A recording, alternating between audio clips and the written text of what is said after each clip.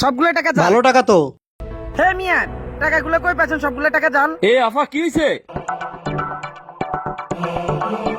একদম জিনুইন টাকার মতো, কেউ ধরতেই পারবো না। এবার কা দেখি কাইটা। হ্যাঁ? একদম অরিজিনাল টাকা, কেউ ধরতেই পারবো না।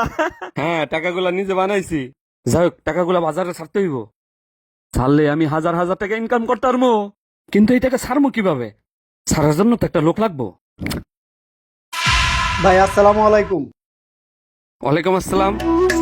ভাই আসলে আমি গ্রাম থেকে আইছি তো বাসা থেকে নামার সময় মানি ব্যাগটা চুরি হয়ে গেছে, কারণ ভাড়ার টাকা নাই। যদি 1000 টাকা দিতেন আমি গ্রাম থেকে আপনারা পাঠাই দিতাম। ও, টাকা চুরি হয়ে গেছে না? আচ্ছা, দেখো তো এই টাকাটা কেমন, কি ঠিক আছে তো? ভালোই তো। তাইলে একটা কাজ করো, এই টাকা দিয়া কিছু একটা কিনে নিয়ে আসো আমার জন্য। যদি কিনে নিয়ে আসতে পারো, এই টাকাগুলো আমি তোমাকে দিয়ে দিব। এইখানে পুরো 10,000 টাকা আছে, ঠিক আছে? 5,000 টাকা তুমি নিবা আর 5,000 টাকা আমার দিবা, হ্যাঁ? এমনি টাকা তো ভালোই আছে, কোনো ব্যাপার না ভাই, পারমু পারমু। আচ্ছা ঠিক আছে, যাও। আচ্ছা ভাই।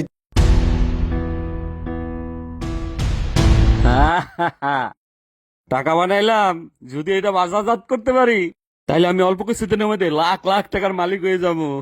কোটিপতি হইতে কেটা থামাইব আমারে? হ্যাঁ, টাকা নে মালিক নাই, আল্লাহ ছাড়া। দেখা যাক কি হয়। আফা এক প্যাকেট লাকি দেন তো। নেন ভাই।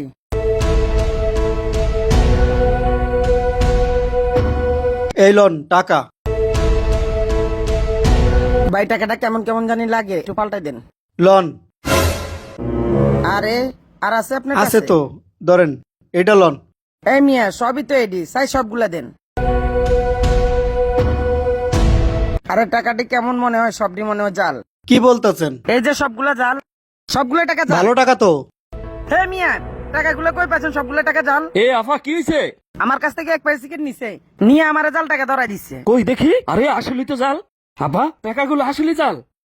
এই টাকা পাইছত কই? এই টাকা তো আপনি আমারে দিছেন। আমি দিছি? এই তুই আমার চিনস? আফা, আমি কিন্তু মস্ত বড় একজন সাংবাদিক। তুই আমার ফাঁসাইতে চাস? কত জৌরা জৌরা চিন্তা করছেন? ওর ব্যবস্থা আমি নিতেছে বা, কোনো সমস্যা নাই। ওরে এখনই আমি থানায় লয়ে যাইতেছি। এই চল, আয় বেটা, আয় বেটা, আয়, আয়। ছাড়েন আমারে। নিজে জাল টাকা দিয়া দোকানে বিচ্ছে, এখন আমি মার খাইছিলাম।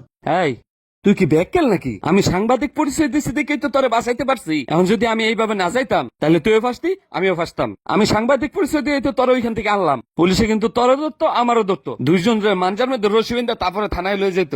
তারপরে বুঝতি ঠেলাটা, বুঝছাত? আমারও তো বোঝা লাগবে না, আপনি আমার জাল টাকা ধরাই দিছেন। এই শোন, সৎ মানুষের ভাত নাই। দুনিয়াতে যদি একটু চালাক না হইতারস তাহলে দুনিয়াতে টিকতে পারবি না। কথাটা মন রাখিস। থামেন, বুঝছি মানুষটাকে আমার আর চাল লাগবো না, আপনি টেল আপনি থাকেন, আমি একটাই বাড়ি যাবো। হাইছে ফকিরের আবার বাপ।